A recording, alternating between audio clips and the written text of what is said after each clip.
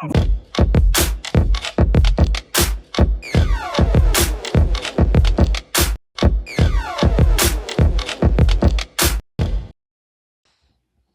what's up, everybody? Welcome back to another episode of the Liquid Lunch Project. I am Matthew R. Meehan, alongside my partner, the Professor Luigi Rosabianca. What's on tap today, Lil? Matt, today we're going to do something that I really don't like doing, and that's starting a show unprepared.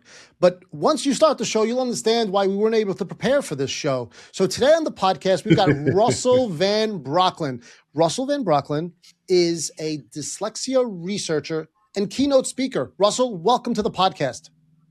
Thanks for having me. So help us understand, what is it you do to help entrepreneurs and business owners with dyslexia, and how you were able to get state funding and how you're scaling that? Well, it first started when I was in college. It was the late 90s. I wanted to know how law works. Laws were made, not some class I wanted to know. So I went and I applied for the New York State Assembly internship. And then I show up and I say, here's my neuropsychological evaluation. I have a first grade reading and writing level. And they looked at me and said, this can't work, because back then, this was 97, the assembly, for most legislative members, you had the assembly member, the chief of staff, who was an intern most likely the year or two before, and the intern. And I would screw everything up. So they went to the speaker's office and they said, you're not getting rid of this kid. You got to accommodate him. So they moved me from the legislative office building to the Capitol, to the Majority Leaders Program and Council's office that ran the assembly day to day. 3 administrative assistants. They treated me like a grad student. Worked great. For the paper, I gave a massively long presentation for hours and a long Q&A. They sent back my grades to SUNY Center at Buffalo's Political Science Department, and they said, we recommend 15 credits of A-. They didn't like the accommodations, so they reduced my grade to 15 credits of F, destroying my transcript. I was done with the discrimination. I was done with it. I said, I'm going to solve dyslexia. So I asked my professors where I could go to force myself in grad school to learn to read and write. And they said, law school. If you like politics, you'll love law. So I go to law school. Now I'm auditing classes to start off with. Okay, so I'm auditing classes. Second day of contracts, I go in and I'm with Professor Warner, a dyslexic professor for 30 plus years. Which law school is this, for context? This is Ohio Northern. Okay. So he calls on me and we go back and forth. I didn't respond as a student. I responded as his equal. For the first time in my life, things organized. I could see things clearly. I knew where he was going multiple steps ahead. He knew where I was going multiple steps ahead. Back and forth for 15 minutes. He threw up his arms and said, Russell, you couldn't be any more correct. I have to move on to the next case. I learned to read thoroughly within a month, to write within a couple of years. Then I go back to the New York State Senate. I said, I want you to fund my dyslexia research project, which they don't do. What essentially they want is, back then, those traditional Republicans, give me better, faster, cheaper, and make sure the school districts want it. After years of working with senior professors in Western New York, the State Education Department, the SUNY Research Foundation, we got accepted. I got multiple years of funding. So we go into the Averill Park Central School District, right outside of Albany, New York, our state capital, and we take the most motivated and intelligent dyslexic juniors and seniors. They were writing at the middle school level. 1 class period a day for the school year. They increased their writing to the average range of entering graduate school students. They all went on to college. They all graduated, GPAs of 2.5 to 3.6. Compared to the best private competition, we were 3x as successful for less than 1% of the cost. Now, that was how I got started. But the interesting point from a business perspective is when I presented this in New York City at the International Dyslexia Association's New York City branch in 2006, I thought I did something meaningful. I thought I conquered the world. I was wrong. 2 things happened. The professors came out and said, we don't care. We want the craft of research. And I was like, the craft of what? The Craft of Research. It's a book from the University of Chicago that came out in 1995, has since sold over 1 million copies, and it teaches PhD students how to do their doctoral dissertation through context, problem statement, and solution, something original. And then the teachers asked, would this work for normal kids? And I said, no. So they said, come back when you could. Took me 8 years to come back until I had the next installment. So what I had to do from a business perspective is I had to teach these students at a level far beyond anything any private school does in this country. I had to make it extremely fast, extremely inexpensive, and I also had to make it so simple that parents could teach their kids. Russell, And let's unpack that's that for everything 1 I had second. to do. What happened to you that second day of contracts class as a 1L in law school that you learned, or what was the insight? What was the eureka moment that you hadn't seen for the first 2.5 decades of your life? What I found out later is that dyslexics, and just so you know what dyslexia is, that's dyslexia. The back part, this is a book called Overcoming Dyslexia by Sally Shaywitz from Yale, 2nd edition. If you look at the back part of your brain, do you see all that massive neural activity? We do. Okay. That's essentially kindergarten through college. My back part of my brain has nothing going on. But the So for front part of my someone, brain, for someone to get diagnosed, do you have to go through an MRI or a CAT scan? nope. That's another test, but let me just tell you what happened. The front part of my brain's 2.5 times overactive. That's grad school. That deals with word analysis followed by articulation. So what happened is, this happens to dyslexic generations after generations. We go to grad school, we're in our narrow speciality. We are academic specialists, not generalists. And then we're asked what we're really good at, and then everything just came together for me in that instance. So literally, I learned law school during that back and forth. My brain just reorganized and just fixed itself during that 15 minutes. So someone that Now- is dyslexic would have more success in a niche industry like a neurosurgeon or a patent lawyer rather than a generalist like a general contractor. Well, let me give you an example. Ever hear of this show called Shark Tank? Sounds vaguely familiar. Yes, sir. Yes. There are 6 sharks. What percentage of them do you think are dyslexic? Oh, I couldn't guess. I don't know. Half. Barbara, Damien, and Mr. Wonderful. Huh. Dyslexia really makes up 5 to 10% of the population. Half Yeah, the but sharks are dyslexic. how many cases of dyslexia go untreated? There's a lot. Tremendous amount. So now I'm going to show you. If you don't mind me asking a few questions, because we said before we got on, you might think you might have this. Let me just ask you a few questions to see if you may or may not be dyslexic. Are you ready? Mm-hmm. Sure. Okay. Shoot. So I want you to think about. Tell me what your specialty is. What's your area of extreme interest and ability? Tequila. I like business and I like to travel. Okay, so let's say you're thinking about business or traveling. Do you have ideas flying around your head at light speed but with little to no organization? Say that one more time. I couldn't Do hear you you. have ideas flying around your head at light speed but with little to no organization? 100%. Okay, so what we have to do is we have to force the brain to organize itself by using writing as a measurable output. That's the treatment. Let's go to see the next level. You're thinking about writing about business. You're thinking about writing about travel. Fingers, keyboard. Fingers, keyboard. You take the idea out of your head. The idea is in your head. You take your fingers, put it on the keyboard. Does the idea fly out of your head, leaving you with an empty brain? I don't know. No, does that happen to you or not really? It's I one or mean, the other. does the idea fly out of my head? You put your fingers on the keyboard, the idea flies out of your head, and it's empty brain. Is that you or not really? Not fingers on a keyboard. Maybe notepads I have all over the place. Okay, so what you're telling me is you're probably mildly ADD, ADHD, or mildly dyslexic. Uh-huh. So Okay. how we go about fixing that, and that's the challenge that I was given, because the traditional route is if the school would bother contacting Yale when the kid's in kindergarten, they will tell them, here's how you test for dyslexia for 30 to 50 bucks. Teacher can do it. It's inexpensive. And once you find that they're dyslexic, here's how you correct reading with these $1 million funded research programs. Pick what you want. At the end of third grade, everybody takes a reading and writing test. If they pass it, they're okay. If they don't, it's a 911 emergency, educationally. That's where it was cheap if you did it that way. Fourth and above, you're now looking at a private school at about 75 grand a year for 4 to 5 years, using a method that hasn't changed much since the 1950s, called the Orton-Gillingham approach. Think about that.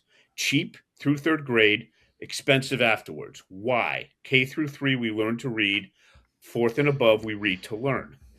So it's 4 to 5 years at 75,000 a year, and the success rate's like over 95% for those schools. Most parents don't have 300 to 500,000 lying around, so they sue the school district and they force them to pay it. All right. My job was to make it so parents could do a better job than the private schools and do it at home. All right. So to figure that one out, I had to go back and really take a look at the science. So when you look at the science here, again, it's obvious. We had to move from the back part of the brain that doesn't work to the front part that does work. And according to Yale, that's based on word analysis followed by articulation. So what I created was a very simple process to initially teach parents how to take their kids who can't read, who's writing randomly placed misspelled words. It takes about 10, 15 minutes to learn the general process. And I show them how to write basic sentences, focusing on words that we analyze and then discussing them. The next step. Is this a business right now? Yes, it's a business right now. I've literally helped hundreds of students. Now we're moving to put it on a learning platform called School, SKOOL.com. Okay. And to move it so we can work with a lot more families. Now, is your platform geared towards children, or can it be used for teens, adults, seniors? It can be used for all those, but just so you understand what the model is. The first thing that you have to do is focus on the kid's speciality, their area of extreme interest and ability during the intervention period until they're at grade level. Then, like the question I asked you, do you have ideas flying around your head in your speciality at light speed, but with little to no organization? The answer is yes. So we teach the kids not from the general to the specific, which is how it's normally taught in schools. That's like us grabbing fog. We can't latch on. We teach from the specific to the general. How effective is that for parents? I taught Kimberly, I met her December 27th of 2024. Her son was just tested by the state of Ohio. He was in 5th grade, reading at the 10 years old, reading at the 11th percentile, writing at the 4th percentile.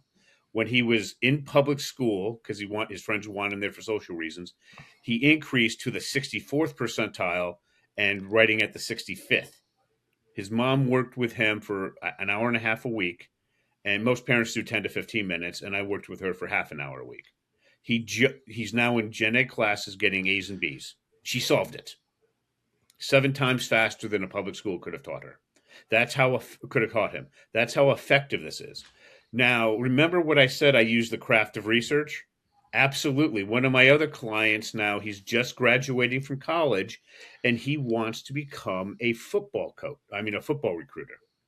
So I am showing him this process, context, problem, solution, that he can apply when he eventually, after 7, because the first 5 to 7 years, you're just pretty much doing the really basic work they don't want you to think.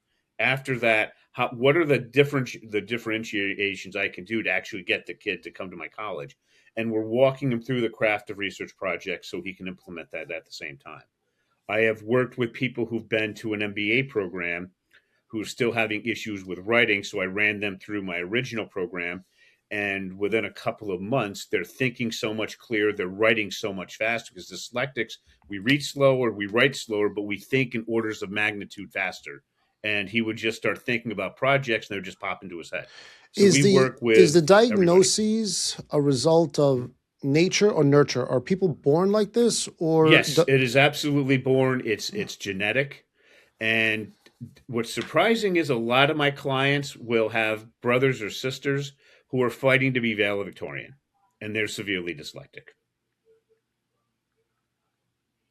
Can you give some tips to either parents or business partners or spouses to help support someone that is dyslexic in trying to go from that frontal lobe to rear brain? Yeah, well, actually, we want to go from the back that's just not working to the front. And that's what I said. What we need to do is to bring them to grade level. Okay, let me give you an example of my most successful case. Please. Her name was Casey. She was 10 years old at the end of 5th grade. She was turned 11 over the summer. She was reading and writing at the 2nd grade level. She wanted to do reading first. She was interested in Theodore Roosevelt, so I signed her this little book, The Rise of Theodore Roosevelt. Great book. 900 pages. Yeah, to a kid reading at the 2nd grade level, I gave this to. Casey went up to her room. This is what she wanted. She worked on it for. I gave her a simple system. She worked on it for 3 hours a night, most of the days for 6 months, most of the days during the summer. At the end, she's reading that book thoroughly. You could literally go to a random page, point to a word, and she would tell you the dictionary definition. Casey jumped 8 grade levels in 6 months with me working with her for 15 minutes a week. What was the secret? Like, what did you implement? Okay, here's the secret. And just so you know, I always do writing first, not reading. Casey wanted to do reading first, and it's very inefficient. But so here's the process I gave her. I said, okay, what you're going to do is we're going to start out with the first section of the book. You're going to read your book while listening to the audiobook, because I get her the accompanying audiobook. You're going to look for a word that you don't know.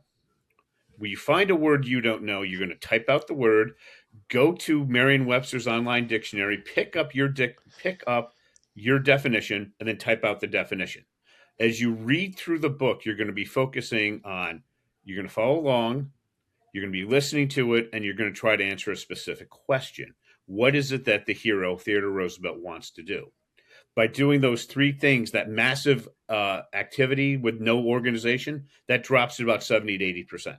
And every time she came to a word she didn't know, she would type out the word, pick her definition, type it out. And she would keep going through that section until she knew she could just read. And then she'd move on to the next section and the next section. So is it the organization of that busy work that created structure for her? Though this is not busy work, the exact problem that remember, this is just I do writing first, but she wanted to do reading. What happened is when we have this massive overactivity in the front part of the brain, there's no organization whatsoever. So through the writing, it forces it to organize. And when she comes across the word she doesn't know, remember, the front part of the brain deals with word analysis. If you don't know the exact definition of what the word means, you can't use word analysis, which then means you can't articulate, which gets rid of all the advantage up here. So that's what she was doing. So she was going through, and when we discussed things, I met with her for 15 minutes a week. We would then discuss things about, and she would articulate. But she kept learning what the word meant, and she would just keep doing that until she could just read the section. Then she would move on. Then after about the first 3 to 4 chapters or sections, she was generally reading the book. But it took her 6 months to get through the entire book. That's interesting, because I do that. I'll take an audio book and a regular book and read it and then write something out from it. Right. Matt, what do you prefer? Do you prefer the audiobook, Matt, or do you prefer reading it? It depends, right? I definitely prefer the audiobook for me. It's easier to get through. Oh, yeah. But I like, if I need to remember something from that audiobook and take it in, I need to highlight it in the book, the physical book, and then write it out to remember it, if that makes sense. Yeah, that's very common. Now, the whole thing from a business perspective is one-on-one tutoring is massively expensive. So what I had to do was to break things down and make sure moms like Kimberly, just, her background, she's a religious homeschooling mom with some college. We had to break it down and simplify that entire process, context, problem statement, solution that's original, and put it up on a platform where we could serve thousands of families. And we're reducing the price to $147 a month. Here's a key component. We're doing a weekly webinar. One of the parents that I'm having do it, I met her on a podcast. She's a certified elementary school teacher who's now is a homeschooling mom and has brought her 9-year-old son August through this. So she's the one that's going to be talking to our parents. Dropping it to 147, then from at least $500 or $1,000 a month, because most families can't afford that, and including the weekly webinar that's 60 to 90 minutes, and answering their questions. That's one of the key things that we're doing. And as far as partnering with that, I met another person who's a podcaster. She's a adjunct professor in curriculum design at Grand Canyon University, and she teaches educators at the grad level how to design curriculum. So she's putting that up.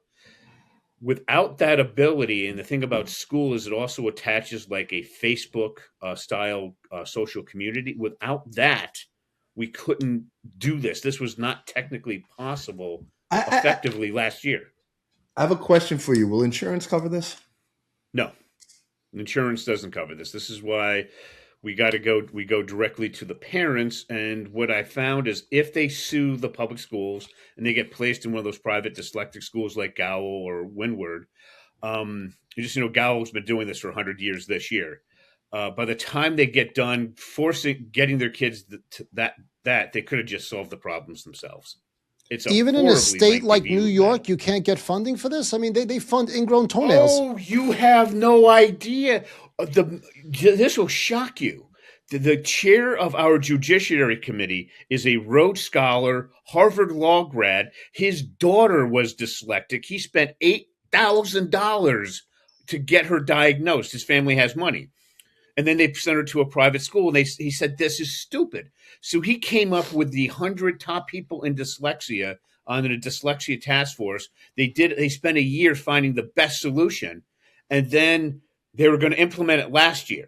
Okay.